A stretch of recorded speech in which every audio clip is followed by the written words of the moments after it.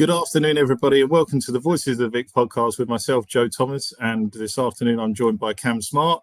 We're here to discuss the amazing win yesterday at the Den, where Watford came. We didn't come from behind. Sorry, I was going to say Watford managed to grind out a 3-2 win with a last-minute winner, which was, as Cam will say later on as well, just unbelievable to experience on the opening day again. Yeah, fantastic. And Cam, how are you feeling after yesterday's game? Well, I think you know exactly how I'm feeling. I think I'm feeling exactly how you are. That was just brilliant. I mean, it's always good to start with a win. Nice to win away as well. And obviously, you cannot beat a 90th minute winner. Enjoyed that. Really pleasant day out. Sun was out, and great day out. How about yourself? Yeah, as you said, buzzing after that. And I think what made it sweeter was the fact that we were stood there for, I'd say, probably no more than 60 to 90 seconds while the Millwall fans were revelling in that equaliser before Rajovic managed to score. And I mean, it was just utter pandemonium. It was just brilliant. That just made it even better, I think. I think if they'd have come back a bit earlier and we'd have stolen it, it'd still been great. But it was just the way it was done was pretty sweet yesterday. But we'll talk more about the goal. Obviously to win it later on, but first we'll go straight into the starting 11 yesterday. Obviously it was pretty much as expected. I think the 11 were on our on the Fan Hub app that we have, where I predicted the lineup. I actually got the lineup spot on yesterday, which I think the first time ever for me. So it's pretty obvious who was gonna play. Obviously Backman was in goal. No surprises in the back. The only surprise for me yesterday with the back three was that Pollock was out on the left and Serialta switched to the middle, which over pre-season we saw Serialta out on the left and Pollock in the middle and Porteous on the right, hadn't we? Yeah, he tried a few things in pre-season though. There were one or two games Pollock was out on the left, and to be honest, I think it's the right call. I mean, you can't put Serialta out wide as we saw against Stevenage. He had a torrid time that day. His strengths are, put him in the middle, get a bit of pace around him, and yeah, he should thrive. Yeah, he. I thought, as I said to you in our chat, I thought Pollock was one of the standout performers, especially from the back. But after his booking, I mean, obviously I joked yesterday, didn't I, that Serialta would get booked within the first 20 minutes. He didn't disappoint. 6 minutes in. You really should have put that on. I know. I couldn't believe it when it actually happened. Everyone, like my friends I was with around me, looked at me and were like, "I can't believe you didn't put it on." But yeah, Serialta obviously got booked, and actually after the booking, he was pretty solid, apart from the slight error for the goal, which obviously we'll talk about more later. But as a performance from Serialta, I thought he was actually pretty good. Yeah, I mean, he's always going to be prone to a booking. I mean, his game is, very much staying where he is and just winning headers. He's a pure defender. But when you run at him, when you get pace going against him, he's on toast. He's in trouble. And yeah, that's exactly what happened for the yellow. But he did really, really well to last the rest of the game. And to be fair, I don't think Millwall really tested him as much as they should have after that.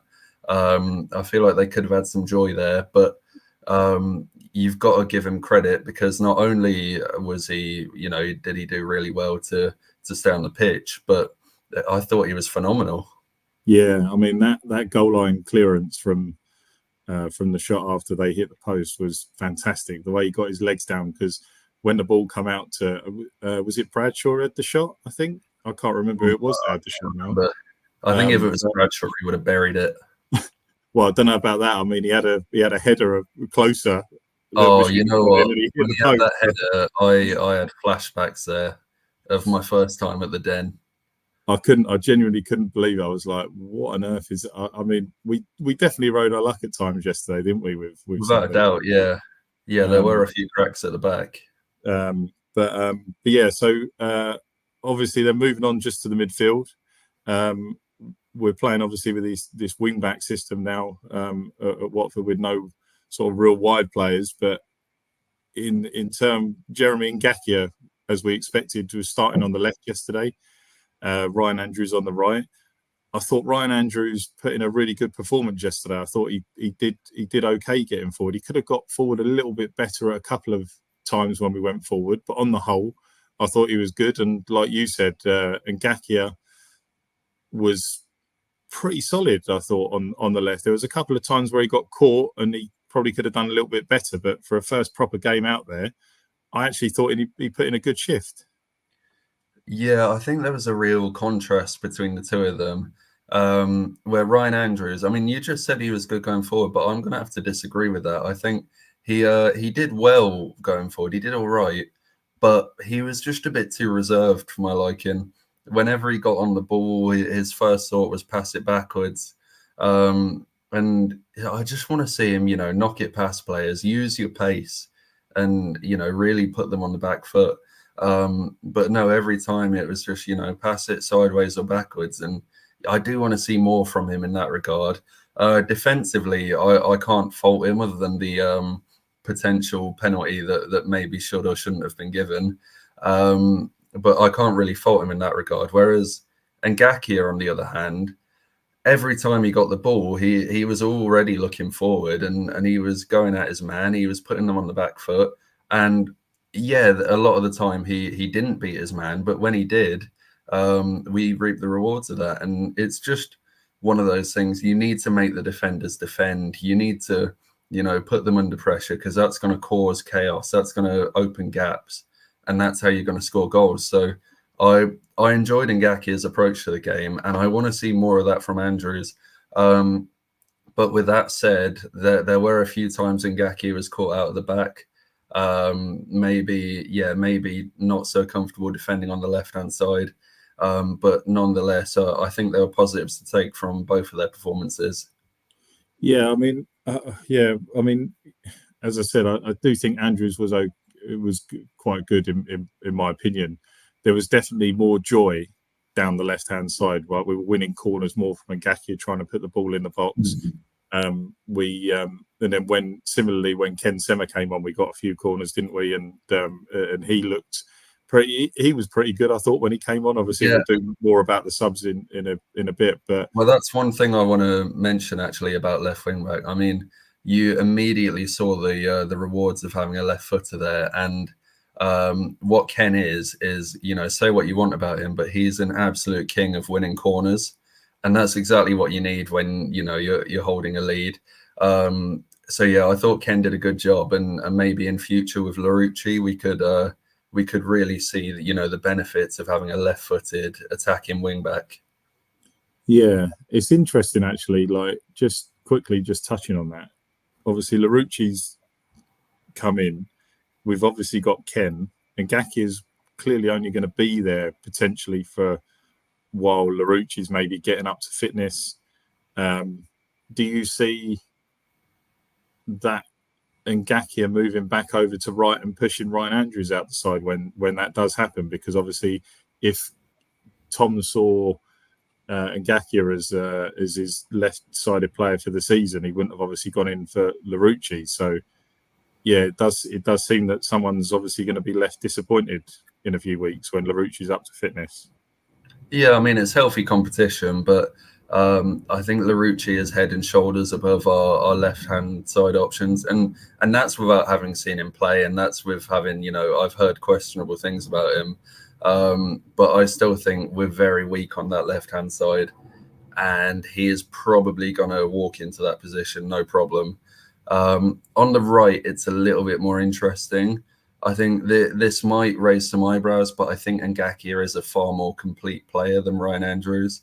And it wouldn't surprise me if he's given the nod over him. But with that said, there is a lot of potential in Ryan Andrews. There's a lot of upside. If you can get him playing, then yeah, you've got a great player there. But I just think he's a little bit too reserved at the moment, maybe lacking confidence.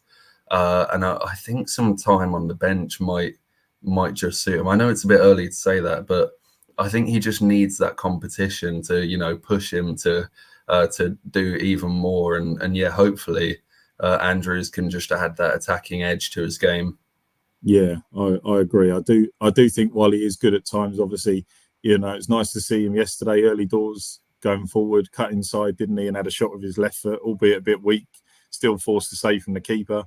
So yeah, he does need to work on aspects of his game before he becomes a more complete player. I agree. Yeah, moving on then to the midfield pairing yesterday. Tom Delibashiru and Sissoko were the two suited for playing in the middle. How did you think as a pairing they did yesterday? From my point of view, obviously I was bigging up Pollock a lot yesterday. There were, I don't know if you'd agree with this. I think at the time when we were messaging our chat, Sissoko was good, but I think for the last 10 or 12 minutes, I think he only touched the ball like once or twice towards the end of the first half. He went a little bit missing towards the end of the first half. Not to say that he looked lost and wasn't good. I just think the way the game was panning out and the way where the ball was moving, he just wasn't really involved much. But then second half again, he looked good again. He had a good game on the whole, I thought, Sissoko. Yeah, I did like the look of him. He doesn't look like he's lost any yard of pace. He looks very sharp. Yeah, very physical. He good off the ball. I thought he did really well off the ball. On the ball, I would have liked him to be a bit more positive. That's not to say he didn't have an influence going forward. So I thought he was great at times going forwards. You know, he carried it well. He played some good passes, linked up well with the two number 10s. But there were times when I just thought you could play that, play that around the corner, play it forwards. You could turn with that. But he just went back to the defenders, and yeah, I was a little bit disappointed with his play on the ball at times. But overall, I thought he had a really good game, and that pairing with Tom Delibashiru, they're both quick players. They both eat up a lot of ground between them, and that's exactly what you need in a midfield too. You need them to cover the ground. You need it to feel like you've still got a midfield three with only two players in there, and that's what it felt like. Yeah, as for Tom Deli, I thought he sort of faded in and out of the game. There were spells where he did have an impact. He did the usual driving forward that we love to see. But a lot of times, maybe struggled to get on the ball, maybe struggled to get it forward. So it wasn't a perfect performance from the two of them, but I like what I saw. I thought they complemented each other really well. And yeah, I think Imran Loser's going to have a hard time getting in this midfield. Yeah, I agree. He is looking on how they both did yesterday. I thought Tom Delibashiru, one aspect of his game, I think he's always been good at this, but yesterday in particular, those loose balls that need picking up, I thought he was cleaning up quite a lot yesterday, and he was good at picking up the ball, looking, turning around, wanting to go forward again and start attacks from positions where we could have looked like we were in trouble. But yeah, I thought as a pairing they both did well. Edu Kayembe, I know this one's going to be a bit of an interesting topic of conversation because I know he scored yesterday direct from a corner. I was sitting next to my friend yesterday and I said to her, from the first corner that went in the box that he put in, typically doesn't get over the first defender. What a terrible corner. Why is he taking corners? And then up steps the next corner and it flies straight in the goal. I mean, obviously he did score yesterday. On the whole, how did you feel that Kayembe did in that number 10 role? Because last week, Tom was obviously bigging him up big time and saying he was Watford's shining light over the pre-season. So, yeah, what was your thoughts on his overall performance? Yeah, I'm curious to hear what you think and what the people watching think about this. But I don't think Edo Kayembe looks very suitable for that role. It's the number 10 role that he played, the right number 10, which is where he played in pre-season. And I don't think he's got the mobility for it. I think he needs too much time on the ball. And to be honest, I think his passing is very questionable. I just don't see him as a fit for that role. I get the benefit is that, he should absolutely be playing further forward because it masks his defensive weaknesses. And you're going to get the most out of that brilliant strike that he's got on him. But we didn't really see that, to be honest. We didn't, other than the corner, we didn't really see him have any shots. we didn't really get him in good positions. And even though he did see a lot of the ball, I thought he didn't use it very well. I mean, there was one particular counter-attack, I believe in the first half, where he had Ryan Andrews on his right in acres of space, and he just played a ball square to his feet. You need to be playing that ball out in front of him. That's what a playmaker should be doing. You need to, have the right weight of pass. You need to very much be dictating the counter-attacks, and you need to be doing a lot better than that, I think. So, yeah, I mentioned in our predictions pod that I think Kayembe is going to be a little bit disappointing this season. And I think that's down to the fact that he doesn't really have a position in this formation that really screams Edo Kayembe. And I think what Valerian Ismail had last season, that midfield three, that was perfect for him. I think he needs to be a third midfielder where he's got two other people in there that can, mask his weaknesses. Well, you just give him, the freedom to, carry the ball and get shots away. And I think that would suit him down to the ground. But as a number 10, where you're sort of relying on him to control all your attacks, I just don't think he's cut out for it. And I would like to see someone like Rocco Vata, dare I say Tom Ince, given a go there. I think they're both far more suited to it. Yeah, I'm in agreement with you. Like, while I thought that he was okay at times yesterday, I don't think going forward it was frustrating. There were a few times where we kind of went forward and the attacks just, I think this is just a Watford thing, but there's so many times where we look to drive forward and we go forward at pace, but then we just stop and then we just go square, like you said, or, there's never the look for the forward pass where you should be, look to play it like 5 or 10 yards just in front of the player that's running onto it, like sit it up so we can put a ball in the box. And we're going to talk about Bio in a second, but, there were a lot of times where he was doing running yesterday and there was just nothing for him. And I felt a bit sorry for him. I just, I did say at half time, I was wondering whether he might get pulled off because he wasn't really doing anything. But I don't think that was for any fault of his own. It was just the way the game was set up and how we were playing.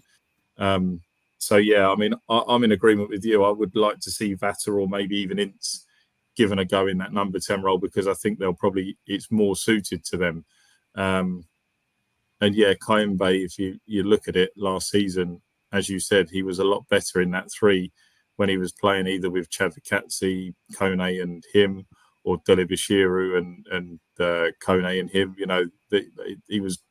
You wouldn't really see too many mistakes from him because there was three people there they would all cover each other. So it was just masked a bit more, like you say. But he's going to get found out a little bit more in this position, isn't he? And quite quickly, I think. So, if he can change that aspect of his game and get better, then great. But yeah, I think you're right in that over the course of the season, it would be great to see Vata come in and maybe even Tom Ince. Yeah, moving over to Chavakatsi. Obviously, he scored an incredible free kick yesterday. An incredible free kick. I mean, I looked at it on the screen over to our left and it looked way too far out. I mean, we'll talk about it more in a minute, but I couldn't believe he had a go at it. But I mean, I said to you when we were walking back to the station yesterday that I thought his overall game, his ball control, his awareness of movement and just his overall aspect of the game, he's just getting better and better, isn't he? Yeah, I think it's nailed on that he will be our player of the season this year. I just don't think we've got anyone who comes close in terms of quality. And to be fair, I think Millwall made it far too easy for us. I think they let us play to our strengths very well. They committed a lot of bodies forward and their midfielders wide open. So we had no problem getting Chavakatsi on the ball. But when we did get him on the ball, I thought he was fantastic. I mean, always going forwards. He's always taking people on. A few times I thought the final ball was wayward. Could have been a lot better. But, in terms of his driving ability on the ball, I mean, he is absolutely fantastic at that. And I think he'll get a lot of goals this season, to be honest, just from driving forward on the counter. And if he learns to be maybe a little bit more selfish, like there was that one counter attack where he had Bayo and Sissoko running through, and he played a through ball just between the two of them, and it came to nothing. I thought if he just carries that a bit further, he can have a go there, and that's another goal. So, yeah, maybe could be a bit more selfish. Obviously, final ball needs to be better at times, but yeah, he's going to be absolutely massive for us this season, and yeah, I absolutely can't wait to see more of him. Yeah, I agree. I think I think he'll get rested on Tuesday. Quite obviously, he'll probably bring in Vata in his place potentially and mix things up. But yeah, I'm looking forward to seeing what he can do next Saturday. He'll probably come back into the team at Stoke, and yeah, a game in front of the crowd at Vicarage Road. Hopefully, he'll flourish. And going over to Bayo, then obviously we mentioned him briefly. He obviously got was it 75 minutes yesterday in the end? Yeah, that's about right. Yes, about 74, 75 minutes. There was the two subs. We'll just talk briefly about Bayo and then the subs. So Rajovic obviously came on for Bayo.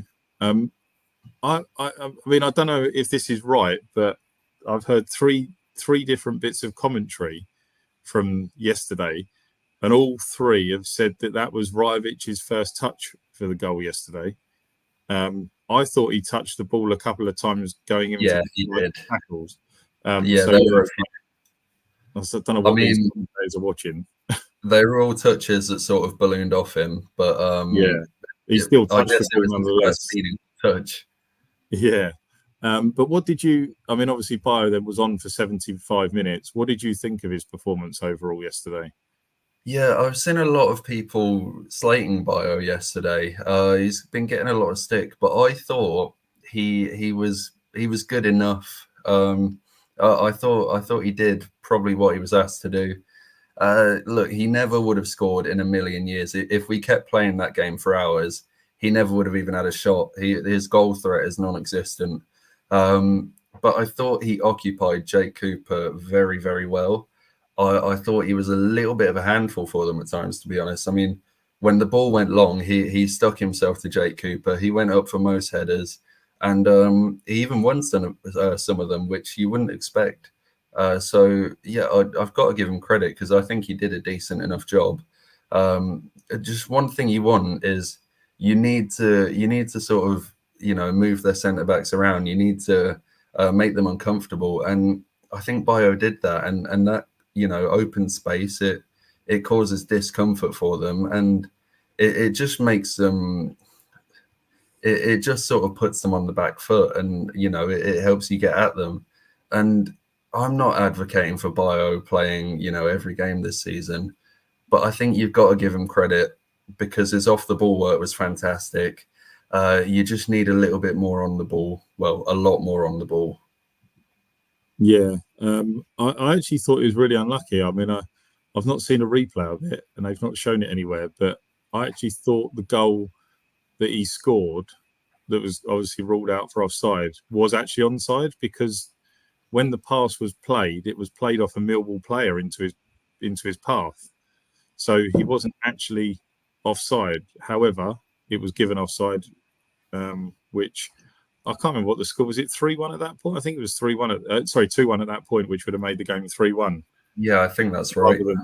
Rather than 3-0. But anyway, yeah, he was unlucky with that. I mean, he showed good awareness to be in the position, albeit that he was maybe either slightly offside or not offside. But yeah, so obviously the subs were made on the 75th minute. We talked briefly about Ken Sema. I thought, I was kind of like, why is he coming on? But obviously. Ngaki was probably looking a bit tired there. He did a lot of work, so bringing Ken on just to shore things up and steady things over that side was the right moves. I thought he did excellent when he came on. He just held the ball up, a little bit of trickery, and he won a few corners, didn't he? And just made things a little bit less worrying for us down that side for the last 15 minutes. Yeah, I too was thinking, right, guys, sit back down. They've just scored. We need to see this game out properly, but Ken did really well. He I guess I don't give him enough credit for this, but he is someone who can help you see out a game. As I said earlier, he's the king of winning corners. Whenever he shifts it onto his left foot, squares up his man, you're either getting a good delivery or you're winning a corner. And yeah, it's exactly what you need when you're trying to hold on to a lead.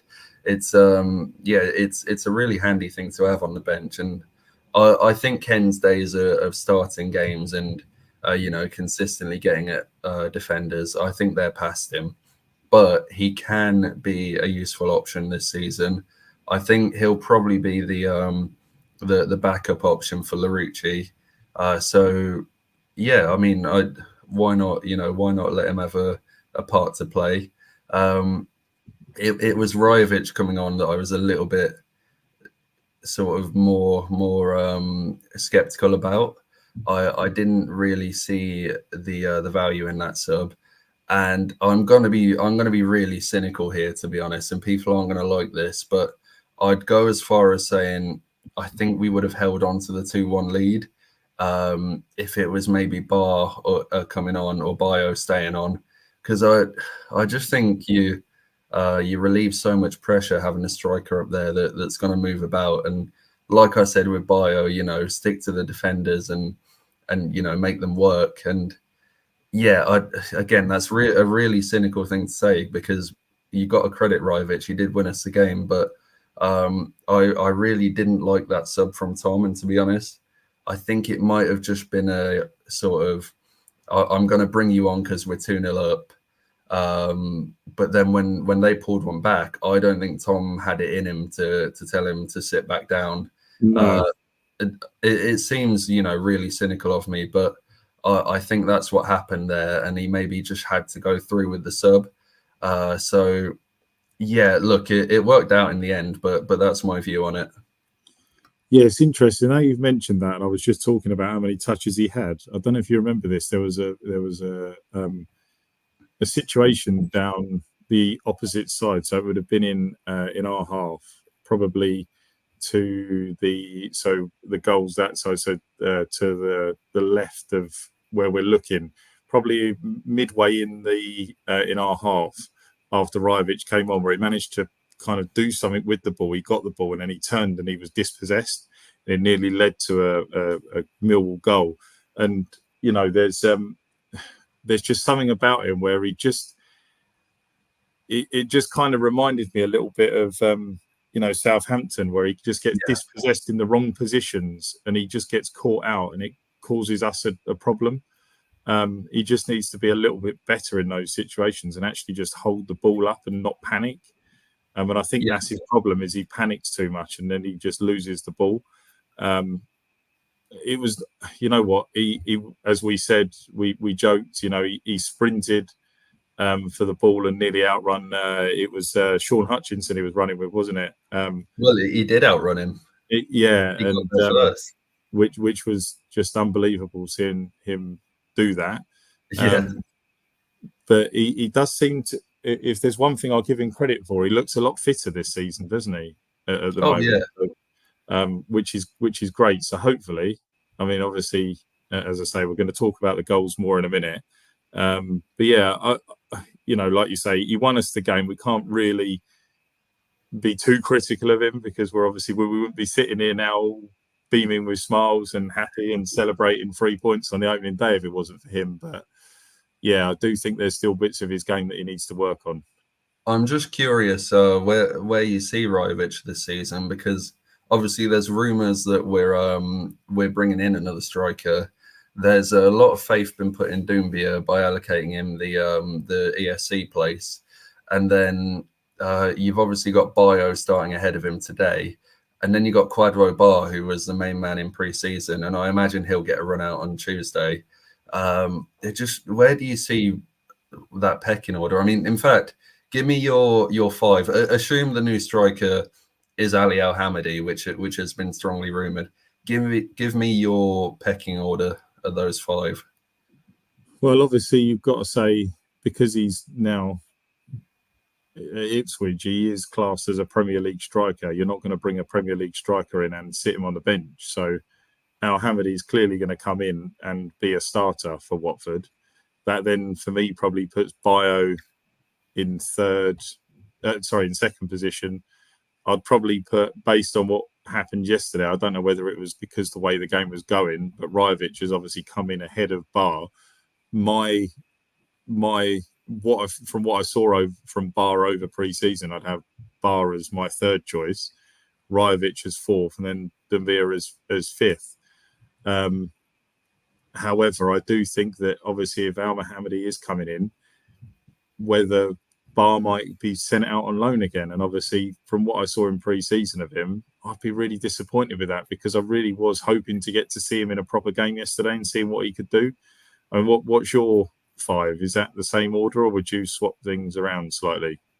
Yeah, it is the same order. I mean, Doumbia is a complete unknown, and the fact he didn't even make the squad yesterday, I don't think you can put him anywhere but fifth.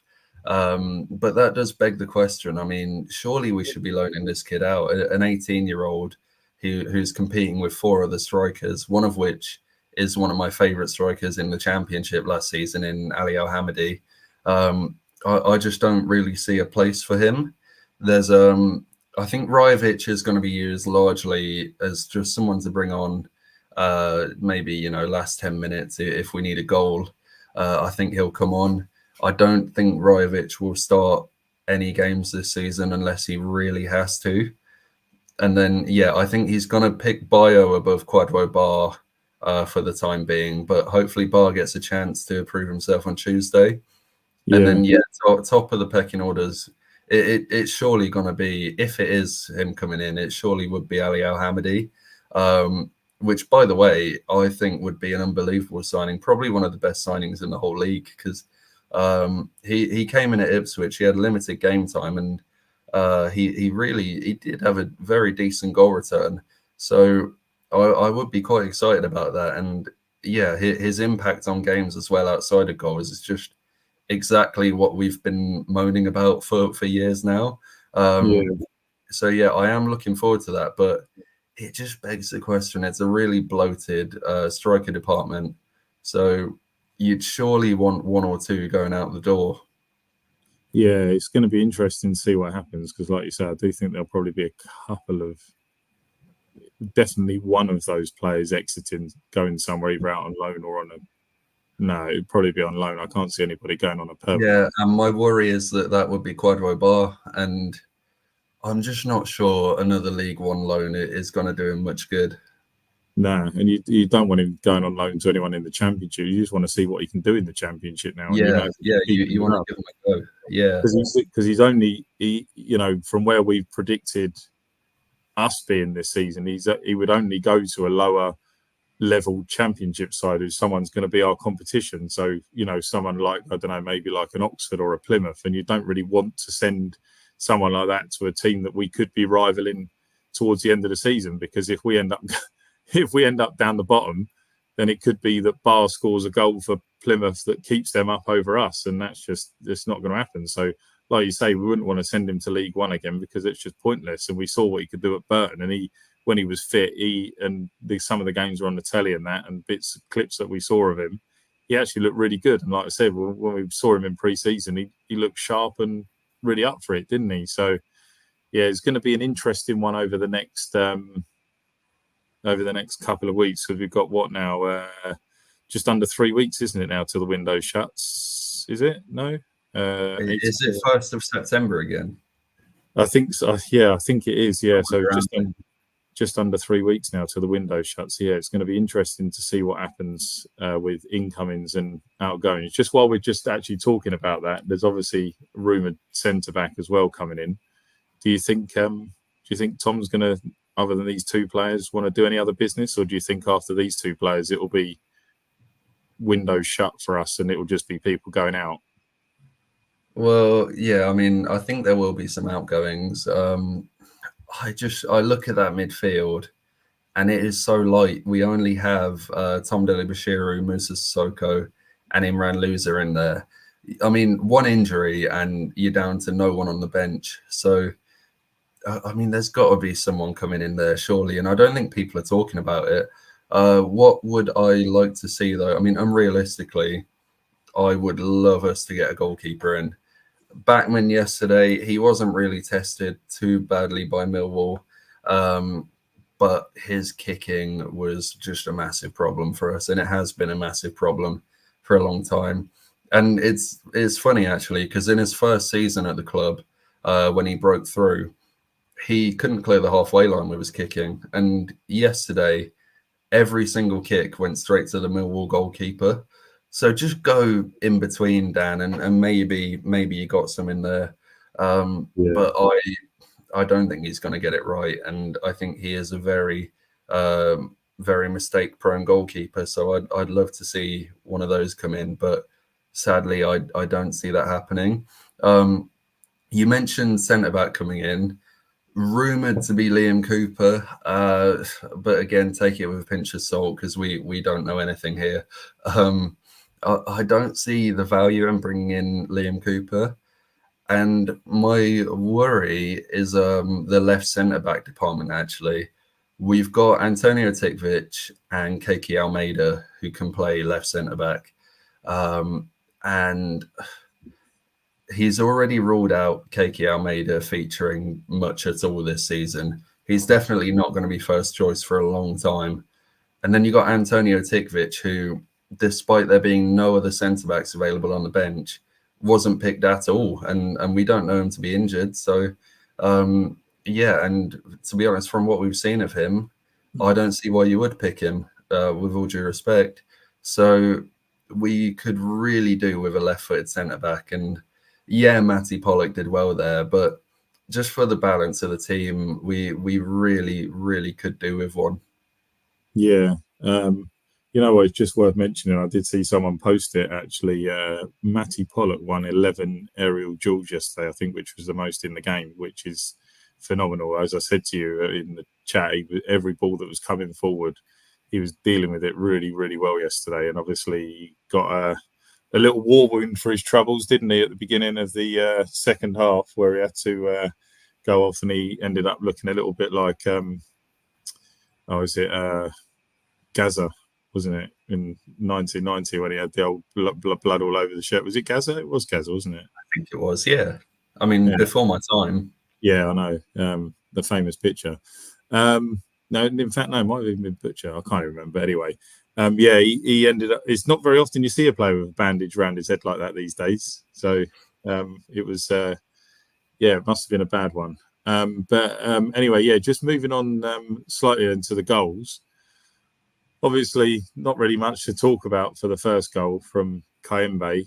It was just one of those things that you very rarely see in a game of football. I think the last time I remember a player doing it for Watford was Ben Watson at home in the Premier League. I believe it was against Man City. Yeah, that's right. Wasn't that the FA Cup though? Or have I made that up? No, it was in the league. It was towards the end of. It was actually really funny because if I remember rightly, we played Spurs just before in the league at home, and he kept trying it in that Spurs game, and he was just unlucky. I remember Lloris was very lucky not to get caught out, and yeah, he actually managed to then do it in the home game after, or 2 home games after against City. But yeah, it's not something we see very often. And in fairness, Ben Watson's wasn't as good as that. He got a lot of whip on that yesterday, and it went up and over the keeper, and a lot of questions were asked of the keeper, but I don't know. It just seemed to. It was a little bit too high for him. I don't think you really blame the keeper's position for that. It was just a really good corner, and it ended up flying in, didn't it? Yeah, and corners look like something we've really paid a lot of attention to in training. I mean, we talked in pre-season about Rocco Vata's corners because all of them seem to be really dangerous, but it doesn't look like it's just Rocco Vata who's taking good corners. I thought a lot of Edo Kayembe and Georgie Chakvatadzi's corners were really, really dangerous. And, you know, they are going deep into the box, into dangerous areas. And it's just about anticipating them and attacking them. And luckily, in that case, we didn't need anyone to. But for all the good deliveries we had in that game, I can't recall many that we actually got a Watford head on. So that's... It's an area that's improved, obviously. We can never, ever beat the first man. And now all of a sudden, you know, every delivery looks very, very dangerous. In fact, I'd go as far as saying I don't think we hit the first man yesterday. I could be wrong, but I can't recall us hitting the first man. But it's nice to see Tom Cleverley maybe putting a bit of value in set pieces.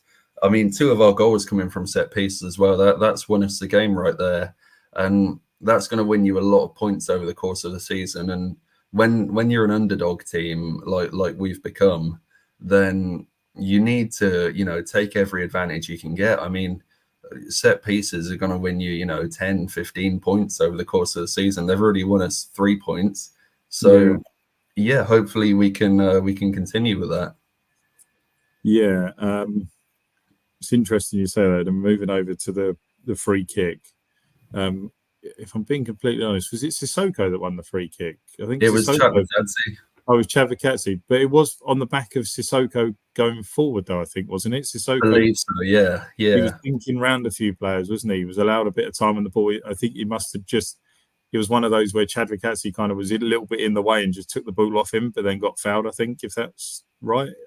He was on one of his driving runs that he's normally on. Yeah. And he could have played whoever it was to his left in, Ngakia, I think. But he got completely taken out. Yeah, and then obviously, so what we're saying, 30 yards? Something like that, yeah. I mean, he had no right to score from there. No, and I'll be honest, I mean, obviously you've seen the video. I've got a video of it yesterday. It was phenomenal. I've not stopped watching it, if I'm being honest. I think I've viewed it about 120 times at least already. The way he got it up and over, it reminded me, as I mentioned a free kick earlier on, I think Ashley Young away at Crystal Palace in the playoff semi-final. I was looking at that one as well and thought it's not. And it was the same sort of free kick, up and over the wall. It was so far over, the keeper had no chance, and it was such a good free kick. And, if he's got that about his game and that's in his locker this season, then I'm really looking forward to seeing more free kicks, if I'm being honest. It just reminded me so much as well of Alman Abdi. I mean, he was just such a good free kick taker. And if he's going to be as good as that and from set pieces, we could have a lot of joy from those positions this year, couldn't we?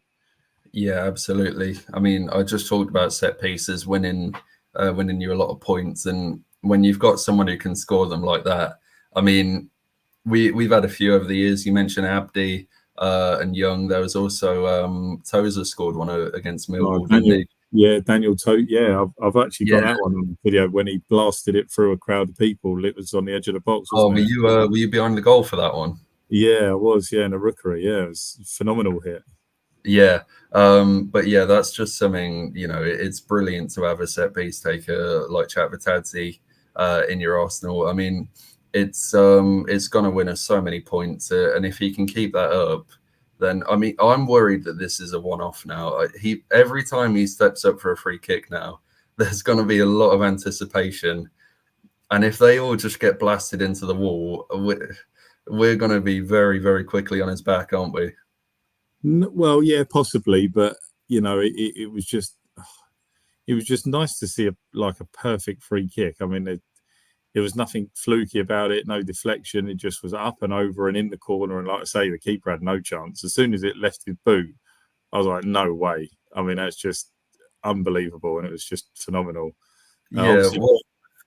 What was the last free kick we scored? Was it a loser against Blackpool? Yeah, I was actually going to mention this. Yeah, I do believe it was loser at Blackpool. I can't think of anybody else. I know. Yeah, a couple of years before that, Messina at Cardiff, which was a terrible free kick. I don't know how that went in. And then the one before that was Abdi in the Premier League. Yeah, that's right. It was a very, very long time. Yeah, very, very long time back. So yeah. So yeah, we don't score too many of them. There is one since then. Mateus Martins against Southampton. Oh yeah, of course. Yeah, Martins in the FA Cup. Yeah, was it the FA Cup? It was, wasn't it? Yeah, that was the FA Cup. Yeah. So yeah, we don't score too many of them. So it was nice to have a bit of joy there. But yeah, then moving on to the Millwall goal. Obviously, it was a ball in from, I believe, Joe Bryan, was it, to that went in the box. Serialta tried to clear rather than just blasting it into Rose Ed, he kind of tried to just dink it out and he kind of fell over with it. We've seen that. Do you know what? There's so many times I think over the years I've seen that happen with Watford defenders where it just happens where they just fall over, fell straight to Watmore and he just took it out from under his feet and blasted it just in the underside of the crossbar and into the goal, wasn't it? Yeah, he was never going to miss that, was he?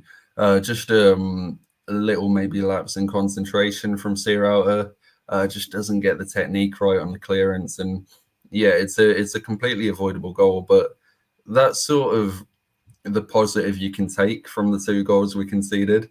They were both completely of our own making, I thought, and although Millwall were putting us under pressure, I don't feel like they were going to score at that stage of the game.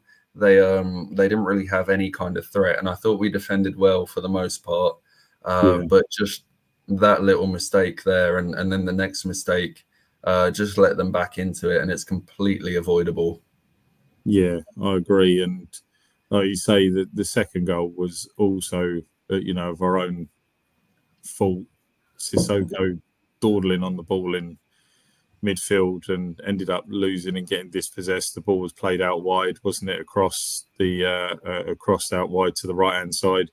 Watmore took one touch and then blasted it into the bottom corner across Backman. And I've got to just mention him there. I mean, that was really, really poor on his part. I don't know why he didn't dive. He didn't go through Serialta's legs. Seeing it again. So there was no wrong foot in him. There was no way he was going to go near post. So why he just wouldn't anticipate the dive that he was going to go across goal. It was just a little bit, it just wasn't good keeping. Similarly though, like I say, just saying, it wasn't good from the rest of the players. Like they were all a little bit out of position. I think they got a little bit caught and didn't expect Sissoko to lose the ball where he did. So yeah. They were just trying to play it about too quickly, I think. And literally a few seconds before that, Tom Dele-Bashiru lost the ball in a similar manner. It just completely needless, just trying to play one-touch passing. And that's maybe what you would expect from Tom Dele-Bashiru, a young player who hasn't quite got that side of his game refined yet. But I wouldn't have expected it from Moussa Sissoko, to be honest. I think for an experienced player, one that still looks like, he's got a lot about him, I just didn't expect him to make a mistake like that. But I think maybe that's where, you could see the value in maybe bringing off one of the attacking players and having Imran Loser on there, just to calm things down when we've got the ball, set the tempo. And I think there would certainly have been value in bringing him on there to help us see out the game. But nonetheless, I don't think they'll be trying to play one-touch football in our own half when we're holding a lead from now on. No, I agree. And then, something, I'm going to be honest, I can't remember the last time I saw a Watford team do what they did after we conceded. But usually in those positions, being away from home as well, for the occasion for Millwall yesterday, there was a concern that Millwall would go for it a little bit yesterday after they got that equaliser. But rather than Watford just sitting on it and trying to defend, they got the ball from kickoff and they went forward and they were still trying to win the game, which really, really shocked me. And obviously the ball went across to Tom Dele-Bashiru on the edge of the box. He cut inside and had a shot. Obviously it deflected. The sting off the ball was, there was a lot of sting off the ball and it just sat up nicely for Rajovic, and great awareness from Rajovic to just nod the ball past the keeper and into the corner. And as we've said so many times, absolute pandemonium in the away end. It was just superb and fantastic after Millwall just equalised. For us to go up and do that, I mean, it was just brilliant. Yeah, and we've already heaped a bit of criticism on Rajovic today, but now it's time to give him the credit he deserves, because that was just really good number 9 play from him. I mean, when Tom Dele-Bashiru has got the ball there, he's always shooting. Rajovic knows that. He knows he's not going to get a cross onto his head, but he makes the run anyway. He just darts beyond the centre back and he follows it in. And I feel like that's something we've not seen in the past from Rajovic. I think when he gets in the box, he's very static normally. He doesn't really make any runs. He doesn't try and make space. And he doesn't generally anticipate. And I think, to be honest, a lot of his goals in the past, you can just put it down to pure luck, to be honest. But this one, it looks like something he's worked on, because he made the right run, and yeah, he had no reason to think he was going to, get anything out of that. And yeah, he made the move anyway, and he got his reward. So yeah, and take nothing away from the header as well, because he did well to just knock it past the keeper. Yeah, he really did. And yeah, like you say, whether Tom Delhi, if he was going to go low, Rajovic was just anticipating the ball potentially coming out to him, which is why he made that run. So yeah, fantastic. And obviously, yeah, 3 points to start the season is just worth mentioning. Watford being the only team left in the top 4 leagues that have won their last 5 opening day of the season games. So we're keeping that record on. And just worth mentioning as well, yesterday, obviously it was quite a sad occasion, obviously, for Millwall fans, as we remember in the Millwall keeper that passed away, Sarkic. Really nice touch from the Watford fans, bringing a little sort of banner. It was a bit last minute, I think, but still a nice touch nonetheless. And the Millwall fans appreciated it. They were really nice and saying thank you and stuff on Twitter. So yeah, that was it was really nice, and nice celebration tribute for him. So yeah, going for them obviously not to get the 3 points to mark that tribute with a win, but yeah, nonetheless we're happy. And what a start to the season, Cam? Absolutely, yeah. I couldn't start any better with a win at the Den. I mean, when we go to the Den, I see it as, let's just write this one off. We're not going to get anything. We're going to completely crumble. And especially with the big occasion, you just sort of felt it's probably going to be Millwall's day today. But quite the opposite. You've got to give credit to the lads, because it takes a lot to, not only go to the Den and win, but to go to the Den and overcome the occasion, the crowd, the emotions, and just put in a performance like that. That takes a lot of bollocks to do that. So yeah, you've got to give them credit. Yeah, I agree. Yeah, it's exciting actually. See what we can do. Obviously, moving forward, we're just going to touch on the MK Dons game just briefly before we finish.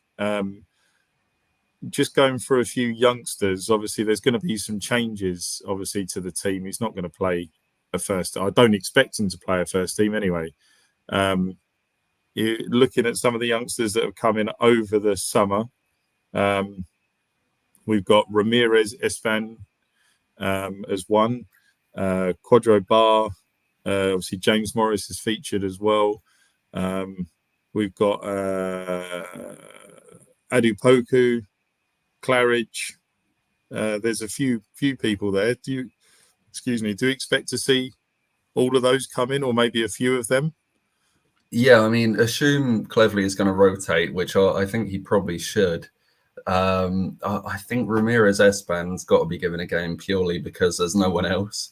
It will probably be him and Imran Loser in there.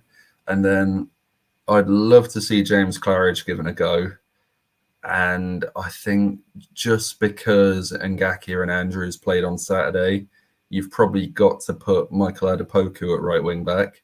So yeah, I anticipate them playing, but I'd like to see Yasser Larouci given a start. Just give him maybe a half. Yeah, let's see what he can do. Yeah. The front three I would probably expect to be Vaterins and Barr, do you think? Yeah, absolutely. And it'd be nice to see what they can do with competitive football, because all three look very bright in pre-season. But as you know, it's not the biggest test. It's not going to be intense. It's not going to be physical. So put them against, a League Two team that are going to come to Vicarage Road, and they're going to put a lot of effort into it, because obviously it's a big day out for them. So yeah, it could be a real test, and we could see what these young players are all about. Just another player, and I'm not 100% sure if he is going to be available, but Tom Cleverley has mentioned that Keiki Almeida isn't going to feature much this season. So I feel like it'd be a good test to give him a go in the Carabao Cup. Now, I'm pretty sure he's not going to be available, but to be honest, I haven't seen anything confirming that. So if he is, then let's give him a game. Yeah, yeah, it would be good to see him just get some game time. Shaq Ford, maybe. Do you think he might feature? I think he's probably off on loan. To be honest, I don't know. I could see him maybe being on the bench. I think just because they didn't start on Saturday, he'll probably he'll definitely give Vata a game. I mean, you'd hope, and I feel like it will be Tom Ince playing there. But I would quite like to see Shaq Ford. Yeah, we've obviously mentioned obviously that centre back position. Obviously, Tikvich didn't get into the squad yesterday, but you wouldn't expect him to play the three that he played on Saturday. But depending on fitness, obviously, if Tikvich is injured, which wasn't mentioned, the only other James Carriage obviously is an option. He might have to play 2 first teamers and maybe one youngster in amongst that, mightn't he? Just to rotate things slightly, and then depending on how the game's going, with maybe, I don't know, an hour gone, he might bring on another youngster there potentially to just give some game time if it's comfortable. Obviously, if we're only 1-0 up, he probably wouldn't do and just try and get out of the goal before making another sub. But he might be forced to play more first teamers in that position than he would probably like, mightn't he? Yeah, I mean, there was George Abbott as well, who played a lot in pre-season. He must be getting on a bit now. He's been here forever. I reckon he's 23, surely. I don't know why he's still here, but yeah, George Abbott played a lot in pre-season. So I wouldn't be shocked if he's given a go. But yeah, as you said, we are stretched thin in that position. Maybe they get this new signing over the line before Tuesday, and we can see whoever it is given a test. That'd be nice, but I wouldn't expect it. No. And there's also a player that I've not really seen. I don't know what's happened to him, but there was that Albert Ames, wasn't there? That's right-sided. So there's also him as an option. So he potentially, depending on what he's doing, he could also be an option. It wouldn't be a shock if he came in, because he was given a bit of squad time. He was in the squad, wasn't he, with Cleverley towards the end of the season. So Cleverley clearly liked him, which is why he had him in and around the squad towards the end of last season. So yeah, there was a lot of talk about him last season. Could potentially, be one of the ones sort of breaking into the first team, but didn't really feature too much in pre-season. And I think he is probably gonna, if he is used, he'd probably be suited to one of the right wing back roles. Yeah, which is a position where I don't really see him getting many minutes, to be honest. So yeah, I wouldn't be shocked if maybe he is picked, but yeah, I'd expect him to be on the bench maybe. Yeah, and obviously Bondo will come in and goal. He'll give that a rest, and Bondo will come in and goal. So yeah, it's going to be interesting. It'll be an interesting game of football. I was quite surprised yesterday to see MK Dons get beat at home to Bradford starting the season yesterday. So they're obviously going to look to bounce back. I didn't really look at their squad yesterday, so I don't really know who's in at the moment. But yeah, their manager, didn't he play for Watford, or have I made that up? Mike Williamson, isn't it? That one, yeah. Oh yeah, Mike Williamson was. I loved him when he was at Watford. He was fantastic, solid, knew what you got, loved kicking people into Rosed, typical old school centre back, and he was great during his time at Watford. I think I'm trying to think what year he can now. I think Jay Demerit had maybe gone by the time he'd come in. Can't remember who he was paired with at the back, but. Yeah, Mike Williamson was a really great centre back at Watford. So yeah, it's going to be nice to see him back at the Vic. Obviously, we don't want him to have too much joy. But score prediction? I think if we put the youngsters out and they've got a point to prove, players like Vata and Barr, they could have a really good game. And I think we'll break our Carabao Cup curse, and we'll we're going to beat a League Two team, and we are going to win. Going to go 3-1. Yeah, that's exactly what do you know what? I was looking at you. That's exactly what I was going to say. I think yeah, we'll go 1-0 down, and we'll be thinking, oh, not again. And then Vata will pull out a brace, and Bar will get one. yeah, I think 3-1. Yeah, I think that'd be a good score. And it'd be nice, yeah, like I say, it'd just be nice to see them get goals and stuff. So yeah. And just quickly before we go, obviously, just to obviously mention, you've got to give Tom Cleverley a lot of credit. Yesterday, he set up the team really well. We haven't really talked too much about Tom too much. He was so happy coming over to the fans yesterday, wasn't he? He looked like a Cheshire cat yesterday with a massive grin on his face. It was great to see, and yeah, I'm hoping that with that it just continues through the month and we have a good solid month of good results. Do you think they'll build on it next week? Obviously, Stoke got a good win yesterday against Coventry. It surprised us a little bit, didn't it? Yeah, they've made a few good signings, Stoke have, and I mean, you get this every year. Stoke, surely they're going to have a playoff charge at some point. Could be the year, maybe. I do like some of their business. They brought in, I don't know if it's been confirmed yet, but that old Watford Academy Player of the Year, Bosun Luau, he's going to be a big signing for them. Yeah. Yeah, that's going to be a tough one, and I'm sure we'll have a preview for that coming up in the week. Yeah. But yeah, we have got, first three games are fairly favourable. You'd want to see us pick up points before we play Sheffield United and Cov, and then I haven't really looked much further past that. But yeah, I think we'd be good value for a point, maybe. Yeah. Well, yeah, that'll be that then, Vince. Obviously, anyone who's listening, obviously, just remember, if you're not subscribed, obviously, please do hit that like button. Obviously, whenever we do go live, you'll get notifications saying that we're going to be going on.